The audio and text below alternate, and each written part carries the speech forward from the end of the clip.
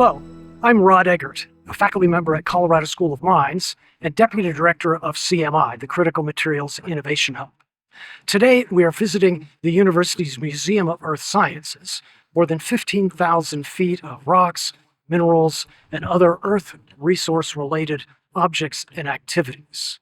We're here specifically to visit the museum's exhibit on critical materials organized by CMI. Let's go inside. The display on critical minerals is behind me. But before looking at specific aspects of the exhibit, let's pause for a moment and think about what is a critical material. And we can define a critical material in several ways. Perhaps the most common sense definition is simply stuff you really need but can't always get. Now, more precisely, a critical material is, first, essential, provides an essential property to an engineered material, component, or system. Second, a critical material is difficult to substitute away from or do without with. And third, a critical material is subject to supply chain risk. And so it's this combination of three things: essential, difficult substitution, and supply chain risk that makes something critical. Some examples. The element gallium provides essential functionality to certain electronic materials like semiconductors and many solar materials. Another example, lithium. The rechargeable lithium batteries that we use in personal products is based on lithium.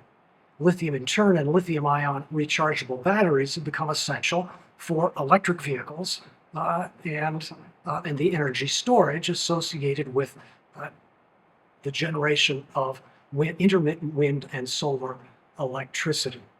The display discusses various aspects of critical materials, helping to and explains the life cycle. The exhibit begins with a touchscreen monitor with various buttons revealing a number of important aspects of critical materials. We've defined what is a critical material, stuff you really need but can't always get, which raises the question what to do to alleviate or reduce the supply chain risks associated with an essential material. Fundamentally, there are three things we can do. We can produce more, waste less, use less. Let's think about each of these in turn. By producing more, I'm thinking about activities that lead to expanded and more diversified production that is less costly, less environmentally damaging, and more socially responsible in terms of how it is produced. So that's produce more. Waste less of what we do produce through improvements in manufacturing efficiency and enhancements in the reuse of materials and the recycling of materials.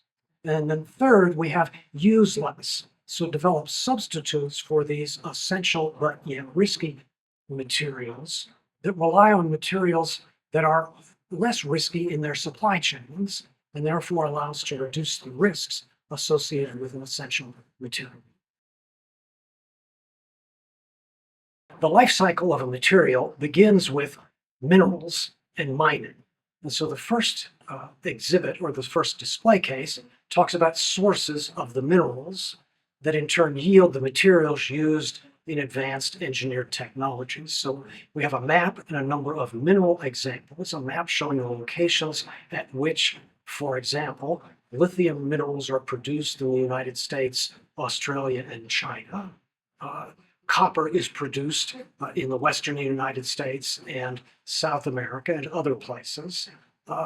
Elements such as gallium, indium, tellurium, germanium, and other minor metals that are usually produced as minor byproducts, along with the production of major or principal metals, the primary target of an activity, such as a copper mine or a zinc mine, that produces the minor elements from the waste products that are created along the way to producing the copper or the zinc.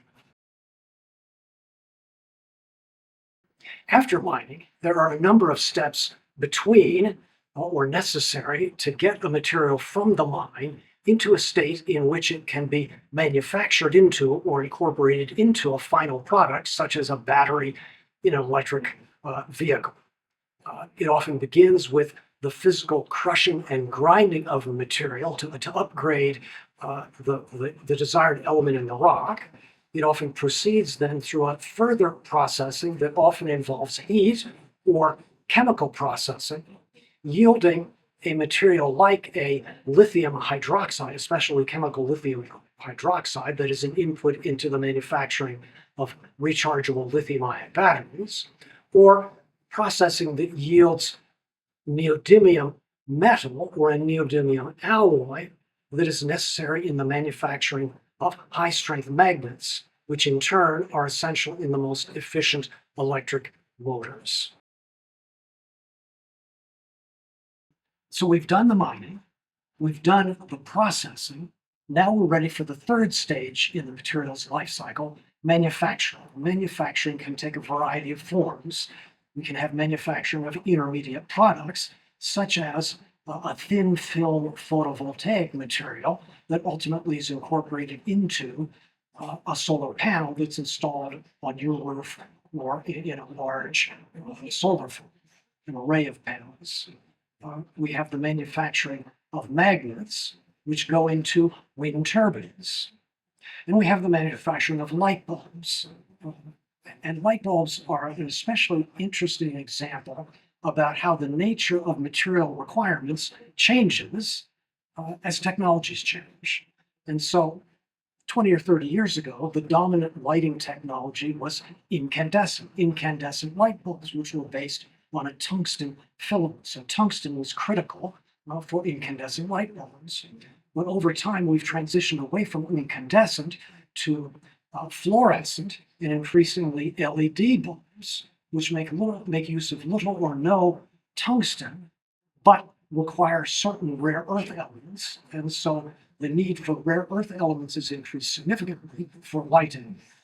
The requirements for tungsten have decreased significantly for lighting, and technological innovation in terms of materials availability has been redirected towards these newly demanded materials. What is CMI's role in the life cycle of material?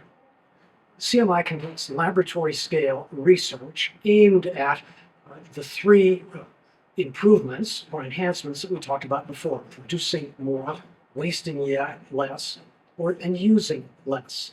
CMI in particular conducts laboratory-scale research up until the point that we demonstrate a new technology at a laboratory scale in a very controlled environment, and making it available for scale-up activities and further investment by other entities. We've had successes in all three of the areas: enhancements in the processing of rare earth elements and in the processing of lithium from brines. We've had successes related to the recycling of hard disk drives, and more specifically the rare earth magnets in these hard disk drives, in the recycling of the materials in the phosphors in lighting, and in developing new materials that use less or no rare earth in lighting or in magnetic materials. So there we have it. I hope you've enjoyed this brief tour through the Critical Materials exhibit at the Colorado School of Mines Museum of Earth Resources, designed and maintained by CMI. Thank you very much, and until next time, again, I'm Rod Eggert, CMI Deputy Director.